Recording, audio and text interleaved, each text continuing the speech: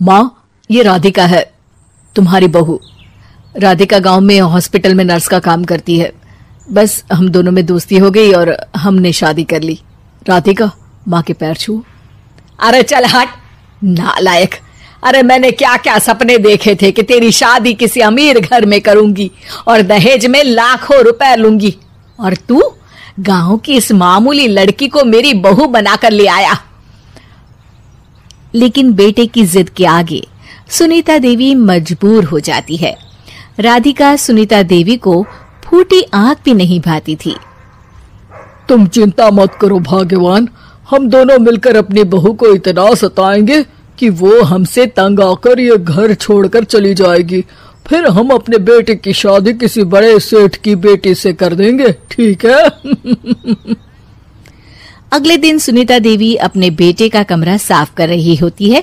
तभी बहू के सामान में उसे एक बड़ी बड़ी मूंछों वाले आदमी की तस्वीर दिखाई देती है और उसके कंधे पर एक बड़ी सी बंदूक टंगी होती है। तस्वीर के नीचे लिखा होता है डाकू मंगल सिंह। ये किसकी तस्वीर है बहू? ये मेरे पिताजी की तस्वीर है।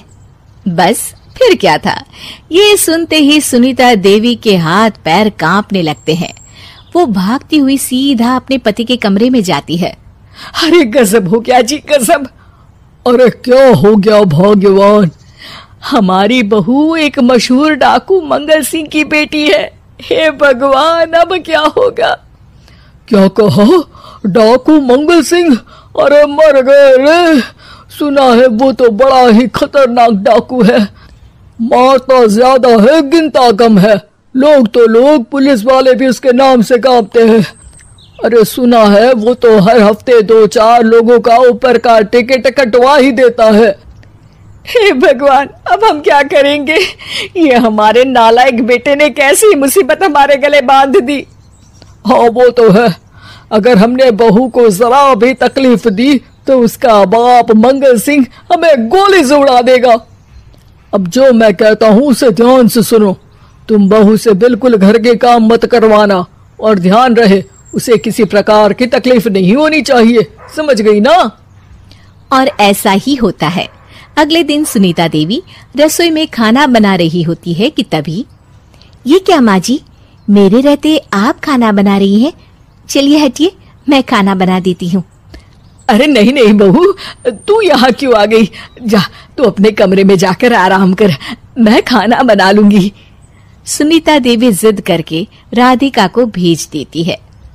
फिर एक दिन, अरे फर्श पर कितनी धूल जमी है, माँ जी देखेंगी तो नाराज हो जाएंगी, मैं अभी यहाँ पोछा लगा देती हूँ। राधिका जैसे ही पोछा लगाने लगती है कि तभी उसके ससुर की नजर उस पर पड़ती है। बंसीलाल भागता हुआ वहां आता है।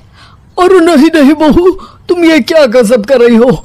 बहू तो बेटी समान होती है और हम ना अपनी बेटियों से काम नहीं करवाते। तुम आराम से बैठकर YouTube पर किड लॉजिक चैनल की सास बहू की कहानियां देखो। वो लोग ना बहुत अच्छी अच्छी कहानियां बनाते हैं। सच? आप देखते हैं? अरे मैं तो रोज देखता हूँ। शहर की बहू तो मेरी फेवरेट कहानी है। हाँ, ये कहकर बंसीलाल पोछा लगाने लगता है। इस तरह राधिका के सास ससुर सारा दिन उसकी खुशामद में लगे रहते हैं और उसे किसी महारानी की तरह रखते थे। कैसा लगा बहू? पिज्जा टेस्टी तो है ना? अच्छा, मीठे में क्या खाओगी बोलो तो? माँ जी, मुझे तो काजू कतली बहुत पसंद है और उसके बाद एक गिलास लस्सी मिल जाए तो मजा आ जाएगा। ये सुनते ही सुनीता देवी अपने पति को कोहनी मारते हुए कहती है, अरे सुना नहीं, बहू क्या मांग रही है? जल्दी से भागकर बाजार जाइए और सब खरीद कर ले आइए। हाँ हाँ भाग्यवान, अभी जाता हूँ। राधिका की तो 5 उंगलियां घी में थी। वो तो अपने ससुराल में मजे कर रही थी।